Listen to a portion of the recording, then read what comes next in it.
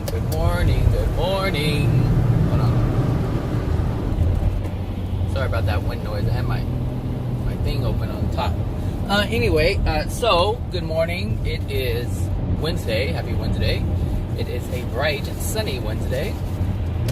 So today, I'm going to talk about God's will, because someone asked me a question regarding God's will. Actually, I need to find out what the question was exactly. I'll be right back. Okay, I got it. Oops. Oops. Okay, so the question was, how do you know if what you're asking for is out of God's will? That was the exact question. And I thought it was interesting, and I always think it's interesting when people ask these types of questions in terms of God's will. Because they haven't, anyone who asks this question, for the most part, they have an understanding as to, I should say, a pre-existing understanding as to a pre-existing idea of God's will. There's this belief that God has this will for us, meaning there is a certain way to live that we have to abide by, and that's God's will, and we have to live by God's will. So whatever God wants, we have to do. That's basically how people understand it. And in a way, it's true, but there's so much leeway in there. It's like there's a whole lot of wiggle room. Like, yes, God does have a will for us, but it is not necessary for us to abide by or live by God's will. We don't have to do that, and obviously that's evident because we're so messed up. So that should tell you that we don't have to live by God's will at all. At all. However, because of our limitation, because of the way we have come to understand life and how to live it here on the planet, how we know life to be, because the way we live today is how we know life to be. That's why we make the choices that we make, because we understand life to be a certain way. And so when we look at God's will, because we have this idea, this separation from the Creator, it's very difficult to understand the truth of how God's will truly operates. And even when you understand how it operates, it's a whole different ballgame trying to live that, because there's so many things that are within our soul that cause us to live in opposition of God's will. And when I answered the question, it was very brief and short, but what I basically said is, whatever you desire is God's will. God has, and this is the thing, it's like, it's not so cut and dry, but it is cut and dry. It's not cut and dry when you have a different understanding, or when you have no understanding at all. Well, actually, it's a little bit easier if you don't have any understanding. But if you already have a pre-existing understanding, it can be difficult because it's in complete opposition of how you know how to live. So what is God's will? Well, God's will is for us to be happy. God's will is for us to be healthy. God's will is for us to have whatever we desire. That's God's will. That's it. Like, that's the extent of God's will, is for His children, I should say. It's for His children to have a happy, loving life. That's it. To experience freedom in the most expansive way possible. To create whatever we can conjure up in our minds, to experience the power of our soul, to just to be. That's it, just to be. To carry out our desires, to experience our desires. Like, that's it. That's really God's will, is for us to be happy. Now, how we choose that happiness, that's up to us. That is completely up to us, because we have the free will, and this is the wiggle room that I'm talking about.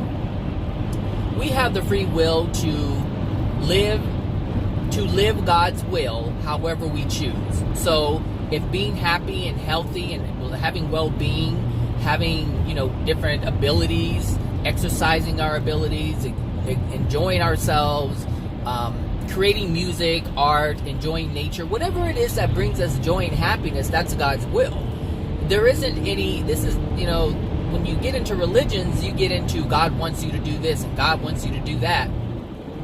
And the truth is, God only wants us to be happy. Now, what makes you happy? Whatever makes you happy makes you happy. Like, for instance, Jehovah's Witnesses, they don't celebrate birthdays.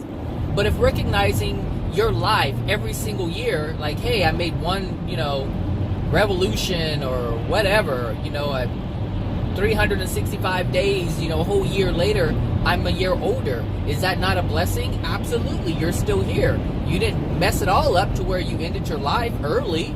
So, if that's what brings you joy and happiness, celebration, coming together with friends and family, if that's what you enjoy, then that's what you enjoy.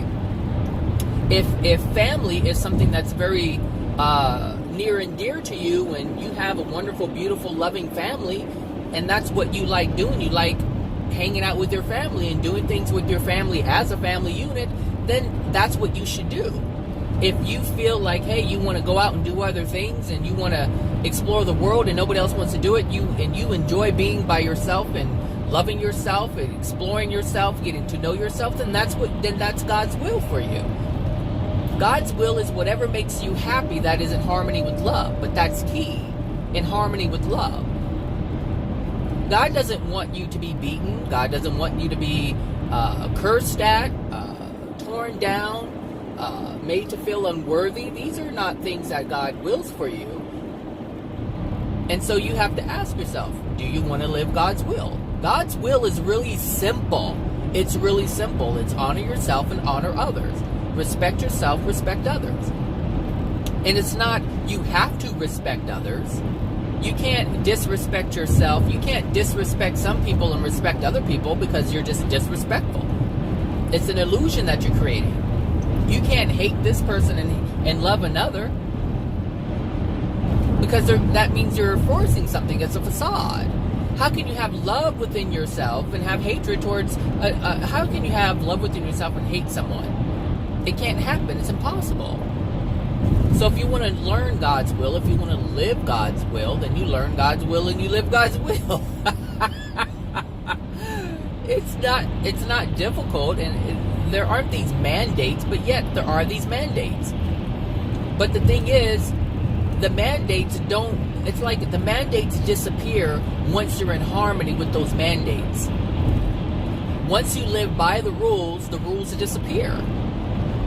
There are no rules. There are no rules, there are no guidelines, there are no laws. They all disappear once you're in alignment with them. They don't apply. Laws only apply when you're not living in harmony with love. Meaning universal laws only apply when you're not living in love. That's when you notice the laws. Now you can notice the loving laws. There are loving laws. The law of attraction is a loving law. And you can understand, like, hey, you can get consequences that are painful, or you can get consequences that are beneficial. It's completely up to you, but they just disappear. Once you're living in harmony with that energy, it just completely disappears. And the reason why that is because you're not trying, you're just living. You're not trying to control this law or control that law. That's not what you're doing. You're just living life, but you're living in love, and therefore you're already in harmony with the law. Therefore, you don't really recognize that it's there. It's just you're just working with it in harmony. That's it. So when it comes to God's will, I know a lot of religious people, they are just so wound up with this living God's will, God's will, God's will, and they have no idea what that is. They restrict themselves so much, and that's not God's will. So I honestly wouldn't listen to anybody talking about God's will when they restrict themselves from so much. Like, let's just take drinking as an example.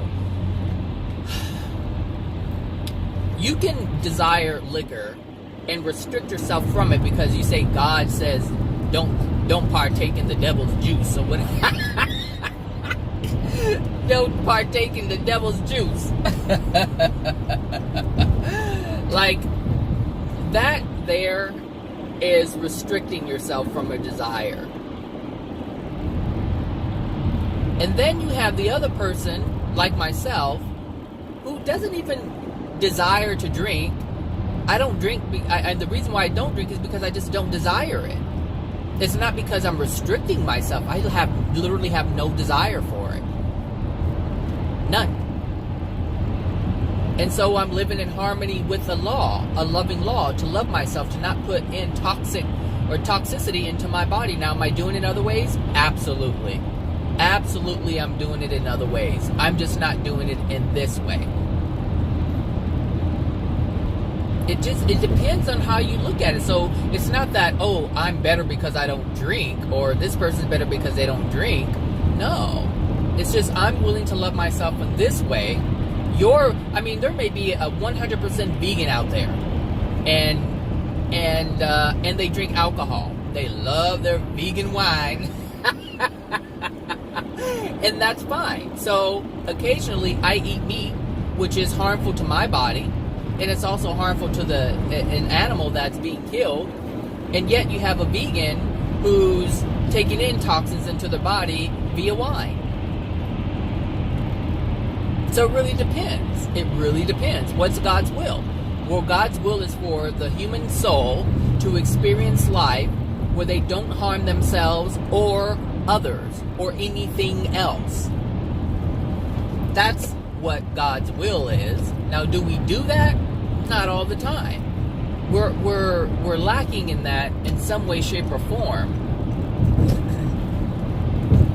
And that's for us to realize and fix. And if we can't fix it, we have to understand why it keeps happening. Why does it keep happening? Because there's certain things I don't do anymore. Like, for instance, I don't drink sodas anymore. Sodas are really bad. And I used to drink them all the time. Now I don't even crave a soda. I look at it and I turn away. I have no desire for the soda. It's that simple. So once you realize you do something, once you realize you're doing something unloving, just change it, because God's will is for you to live in love. In all respects. In every aspect of your life, to live in love. That's God's will. And yet, at the same time, we don't have to do that. We don't have to, because free will, because of the wiggle room. The wiggle room is the free will. My will, it's like your will for another person on earth. This is why it's so important to leave people alone. I keep saying it, leave people alone. We have to respect the free will of our brothers and sisters. God is respecting the free will of His children. It's just be more like God. That's it. Just be more like God. And if you feel that God is so distant and far from you, then it's probably one of the most difficult things to do.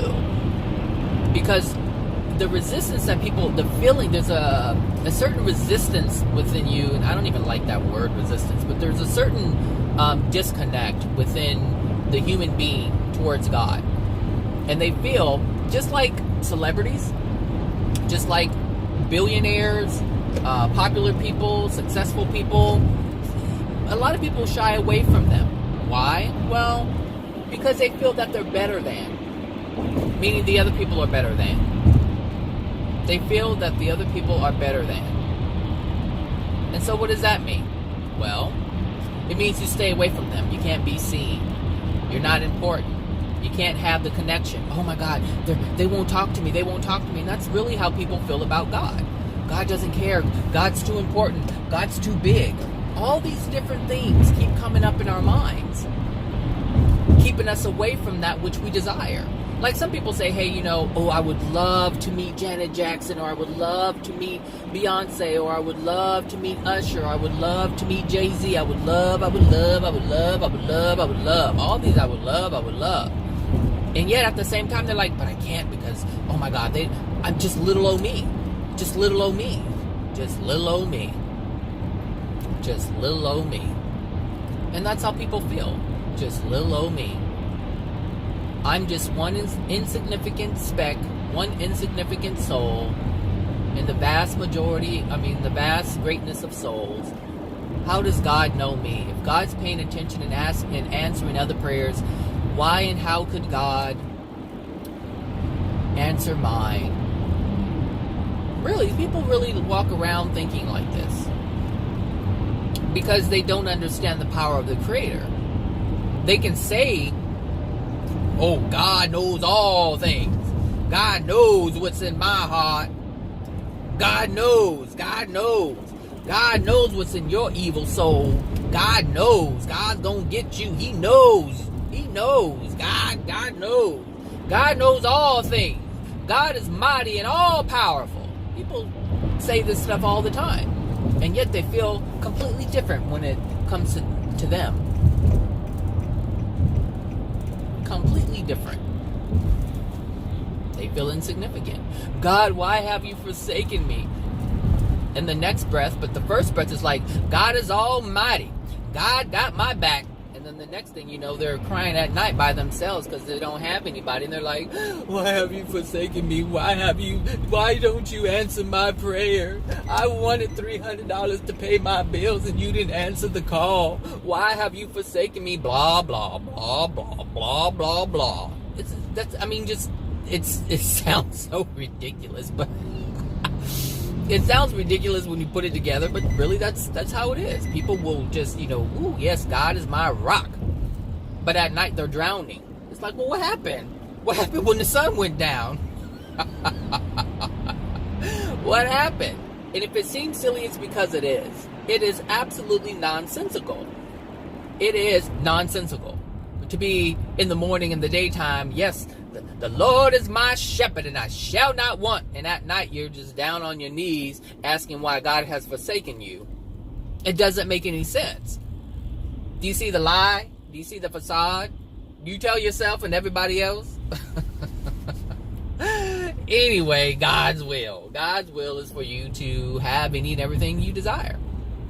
And if you're in alignment with God's will, then you'll have the things that you desire.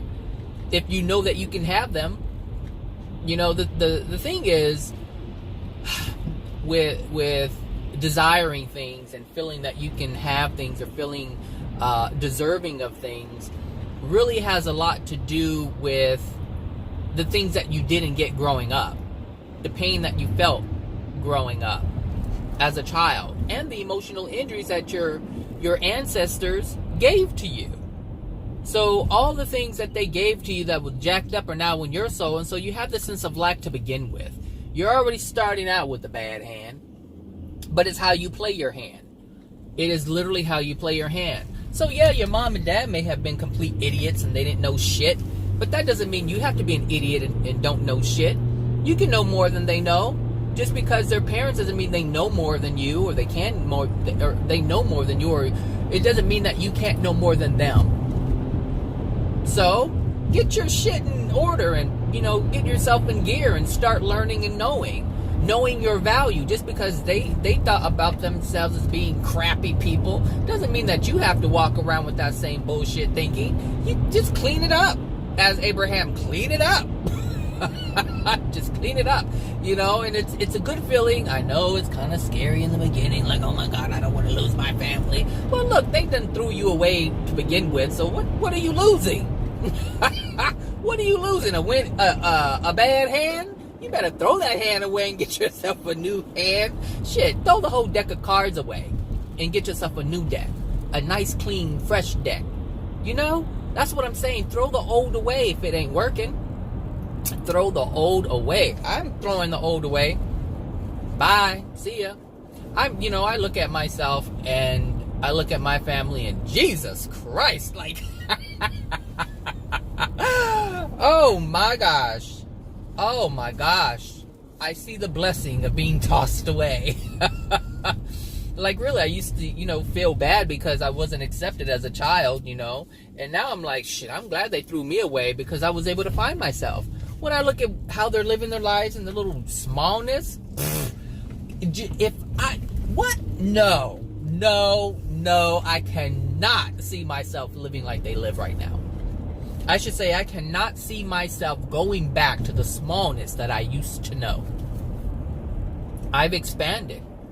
And there's no way you're going to shove me in that small little box again. Ever.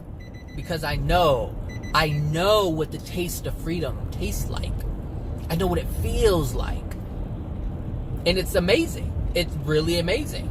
But I had to get out of that box. That box that everyone else was in and I wanted to be accepted by. I had to get out of it. Not only did I have to get out of it, I had to throw that shit away. I had to break down the walls and be like, look, that can't be created again. I can't put myself in there anymore. But they're able to stay in their box, and when I see them, I'm like,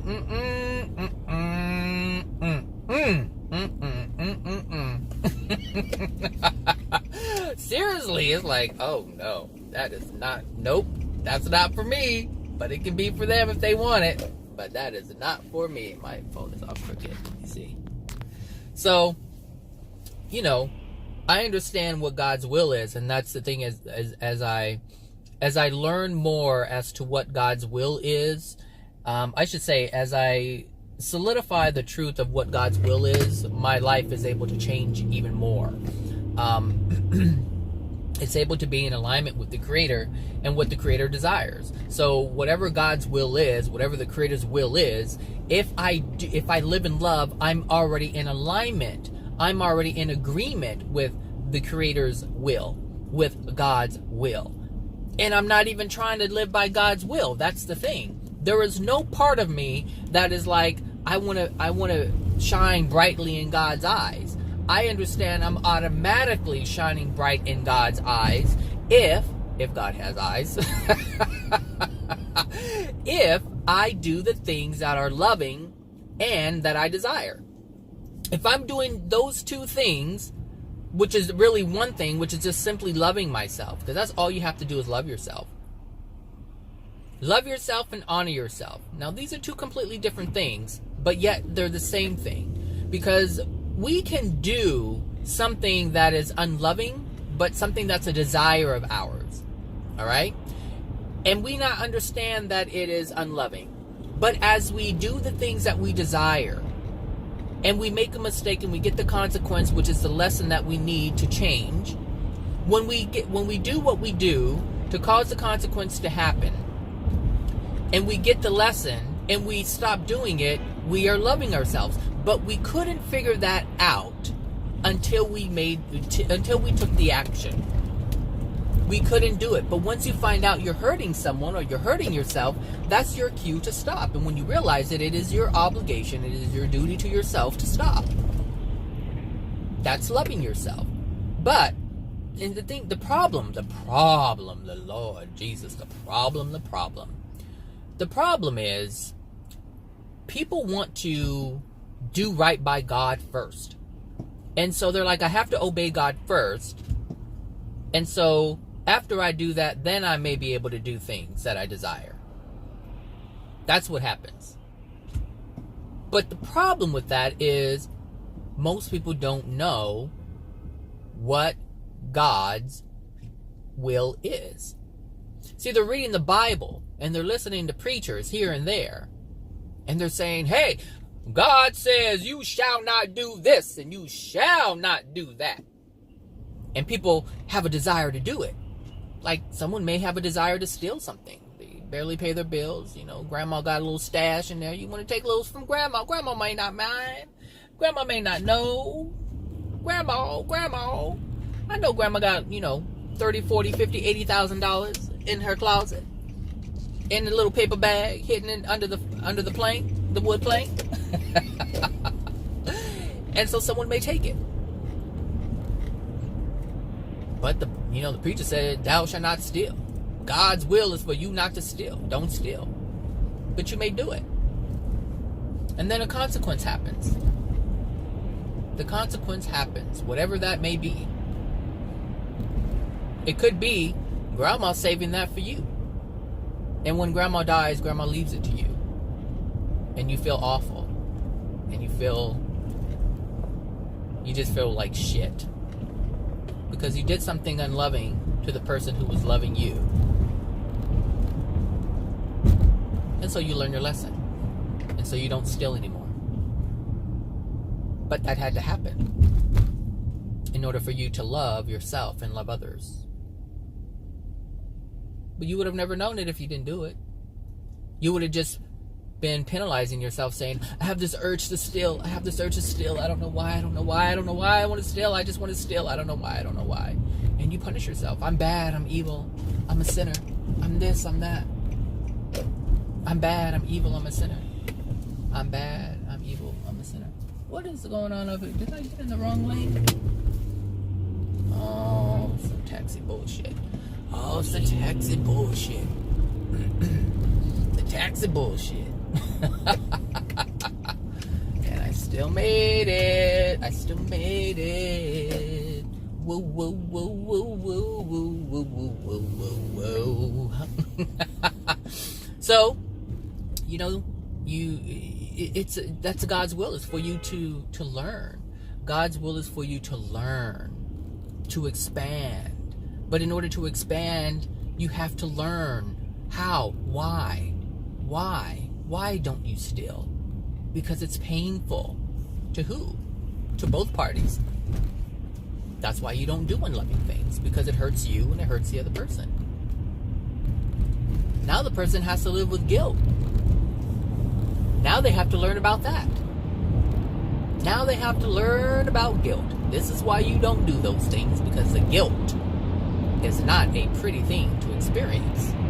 And that's God's will. God's will is for you to be the brightest being that you can possibly be.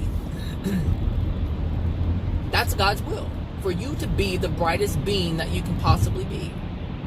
But in your darkness, or I should say, as we live in darkness, as our soul exists with darkness in it, that means there's some things we have to clean up. But we don't know to clean these things up, so we have to have experience. Experiences. So it's okay to make the mistake. It's okay to steal if that's your desire, because you have to understand why not to do it. And it's not a mental understanding. See, the preachers in the Bible, they can give you a mental understanding, but it cannot give you a soul understanding.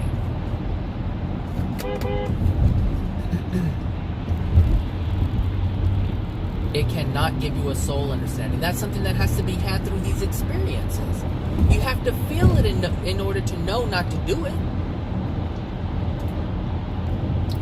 Sometimes people can, sometimes, is it changing? 6:58. Is it changing? Yes. It's changing. It changed. It's changing. It changed. It said go here, and it made me a minute behind schedule. What's that all about? I don't know. With my driving, I can make that up, no problem. So,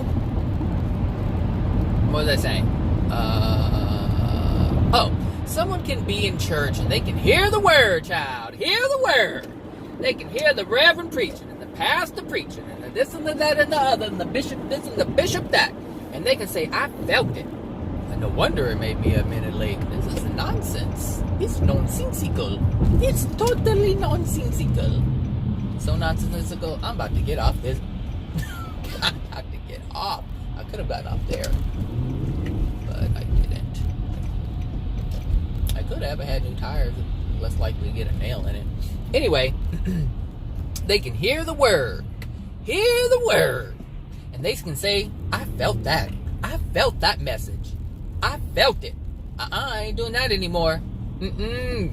That message was for me. I hear people say that all the time.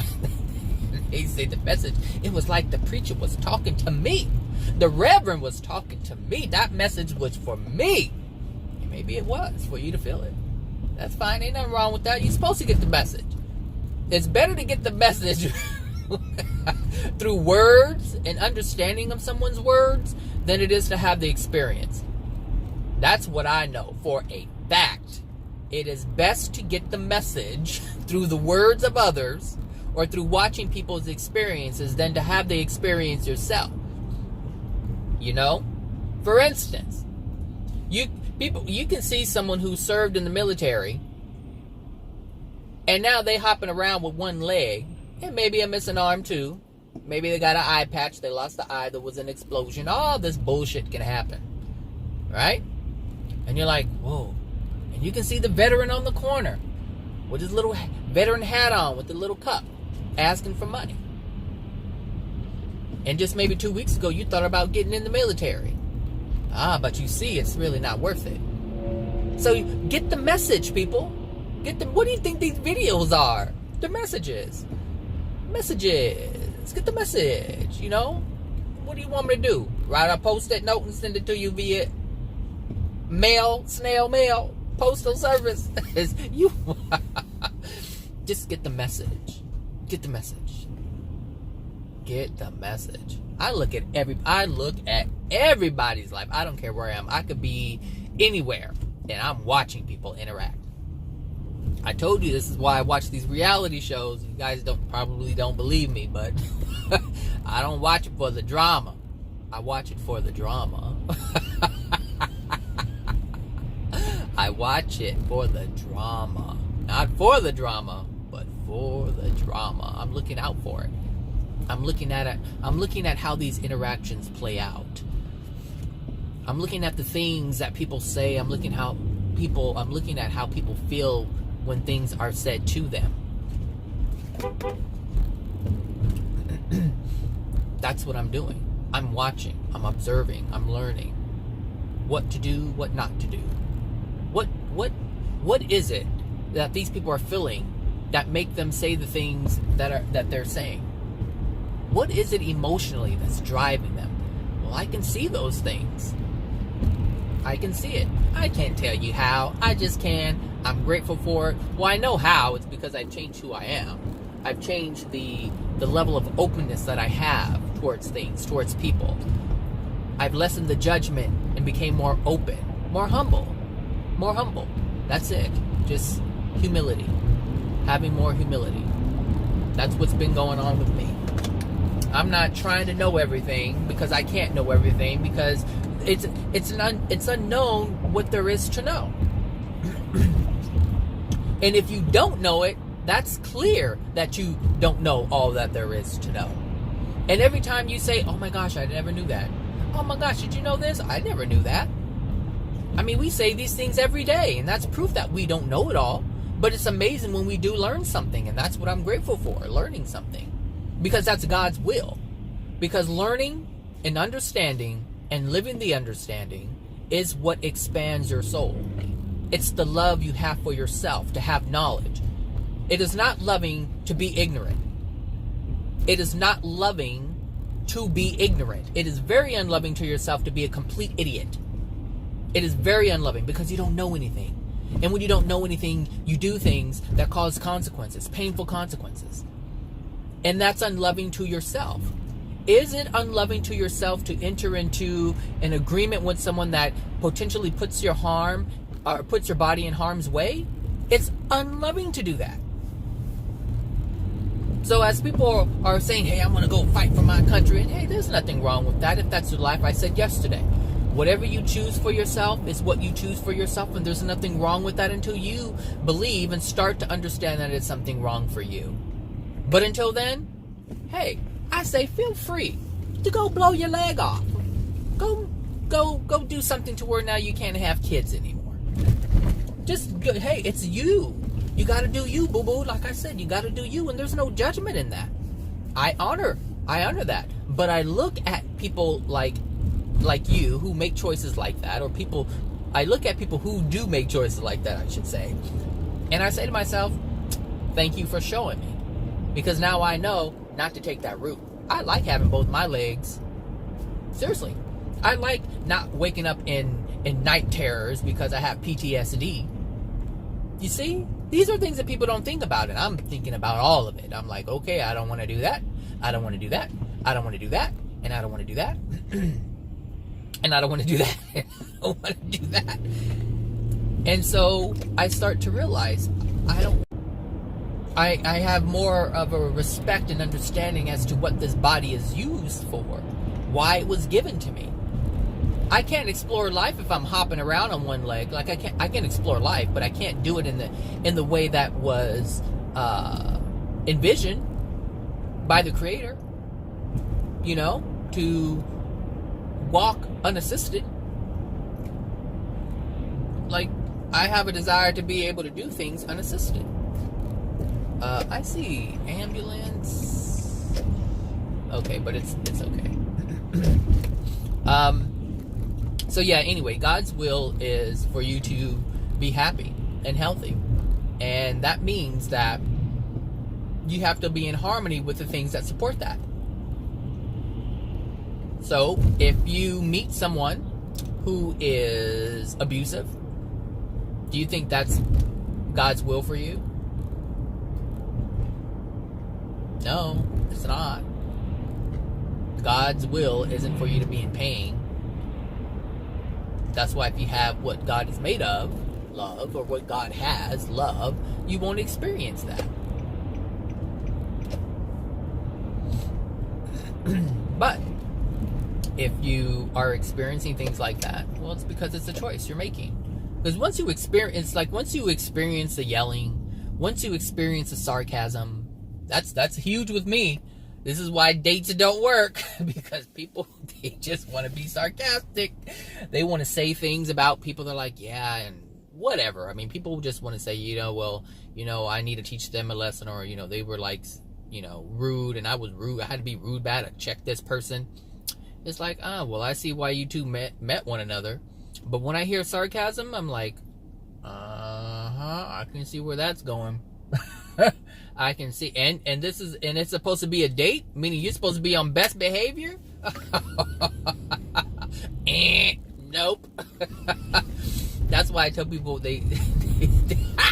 I was talking to this one guy, and he was, I think it was like 10 years older. I think it was 52, and he kept calling me young. I don't think he knew how old I was, but I told him how old I was. He said, "Oh, you're still young." Of course, anyone younger than us will say, "Oh, you're still young."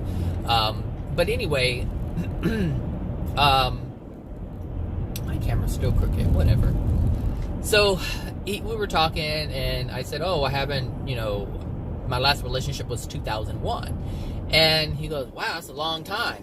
And then later on, he goes, "Well, I've been single longer than you have," and I'm thinking, and you have something to say about it. But what I was saying is, like, he goes, "Well, what, you don't want to be in a relationship?" I go, I can tell when people aren't sincere. I can tell when they're they're needy. I can tell when they're using me for something, like when they're codependent and they're using me in some way, shape, or form. I can tell these things. I can tell when the relationship is going to work from the beginning. So for instance, the sarcasm. Sarcasm really doesn't have any place in a relationship. It doesn't have a place, period. But it really doesn't have a place in a intimate, personal relationship. It just doesn't. Because a personal relationship is supposed to be based on openness and communication. And if you're sarcastic, that means you're hiding something. There's something that is bothering you, and so you try to do a little stinger here and there with the sarcasm. Trying to back somebody off from treading the area. But it's like, if you got to do that, then it's not going to work, because obviously something is going to come up at some point, and you're going to get rubbed the wrong way, and sarcasm is going to be the first part of it. And sarcasm is like one of those things where you feel a certain way and you don't want to say it, so you're a little sarcastic, and that's what I'm saying. Like, I can already see that shit from a mile away. It's those things, girl. It's those things that I'm talking about that I see that prevent me getting in a relationship with someone, because that's not what I desire in my relationship. I don't desire that. I believe in being completely open and talking things out. If there's a problem, if something is bothering you, let me know. If something's bothering me, I'll let you know.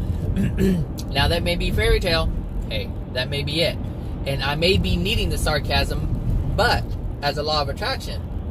But what I'm saying is, I'm not going to put up with that. I'm not going to allow someone to to be angry and under the radar project anger at me, be rude with me when I want to, just because I want to talk. That I can't allow that to happen. So when I even if it's, I don't care if it's talking on the phone, I don't care if it's whatever it is, if I sense that it ain't gonna happen, you got to take that to someone else. It's not gonna happen. Same thing with people who have to be right. Some people have to be right. They just have to be right. And they have to have the last word. And these people I stay away from too. So no, that relationship can't work either. And so my options are, they're very small if you want to look at it like that. But that's fine because I'm okay with me. Like, I'm okay doing my thing by myself. But if someone comes along who's open and honest and communicative, then hey, let's go for it. But if that's not present, no, that's not, no. I'm not going to do that to you, so why would I allow anybody else to do that to me? Now, obviously, there's something within my soul that I need to release. But that doesn't mean I have to be abused by that person. That means I can get the message, but I don't have to experience the abuse to get the message. I can see it from afar. Now, if these types of people keep coming, then, hey, I really need to start looking at that in depth. Like, okay, why do I keep attracting these types? Whatever. But anyway, and to tie that into God's will is for me to be happy. To have a positive, or to have positive relationships. So, what do I need to do to create positive relationships? That doesn't mean you get into a broken one and try to fix it. Which a lot of people do. They create broken relationships and then they try to fix it while they're in it. No. No thanks. Anyway, so that's it for me. So, yeah. So, I guess that's it. God's will. What is God's will? Well, I think I said it. This is for you to be happy and to live in love. That's it. Really, to live in love. That's God's will. And however that looks for you, then that's the way it's going to be. Like I said, if you enjoy gardening, you're living your life. You're doing something that makes you happy. So let it be. Just let it be. And then you'll experience more things that make you happy. And then you continue living God's will. But God's will isn't this thing where you have to live by these certain rules, but yet at the same time you live by these certain rules. But like I said, those rules disappear when you're living in harmony with them. You know, when you're driving, when you're driving a car and you know what the rules are, the rules don't apply anymore because you're just doing it. So you use your signal, your turn signal, I guess you can say. You put it on to indicate that you're going to turn. You're not like, oh my God, the law. Oh, I have to turn my signal on. No, you just do it. You don't even think about a law. You just say, I need to turn my signal on. I need to indicate that and you're doing it because you want people to know you're about to turn. It has nothing to do, you're not thinking about the law. That's what I'm saying. They just disappear. But they only disappear when you don't have to be governed by them. You're always governed by them, but when you don't have to be governed by them. Like, you don't have to be governed by the law. You only have to be governed by the law when you're not abiding by the law.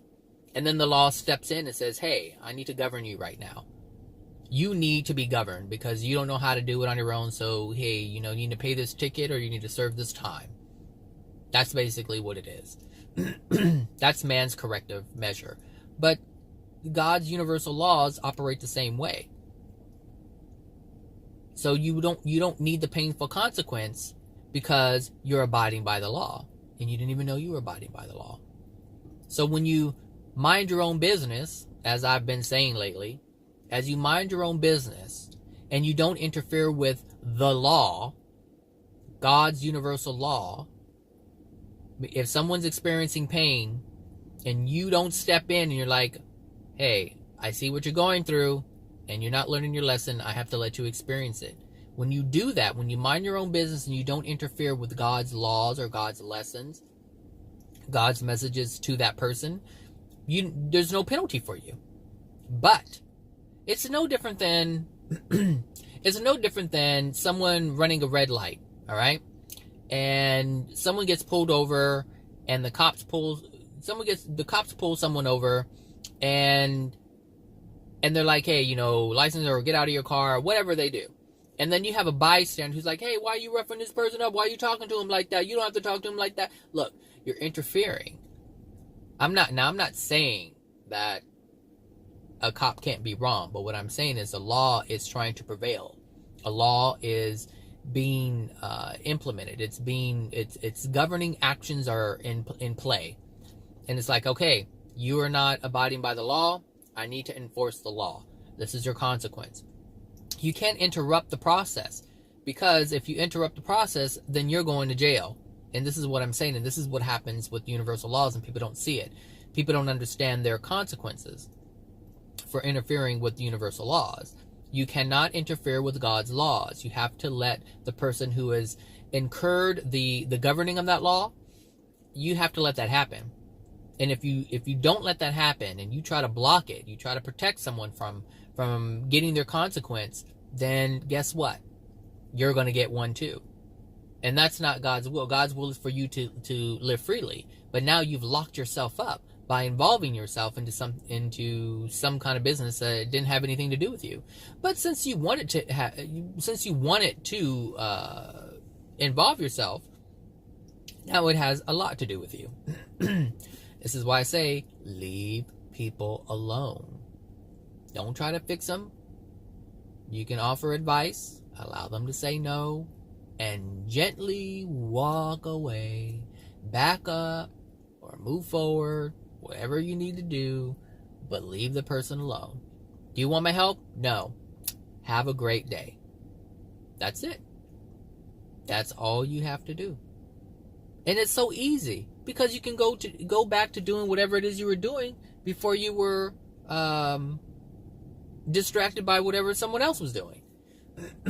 So you saw someone in need. You said, hey, can I help you? No, I don't need your help. All right, have a great day. Suffer if you want to.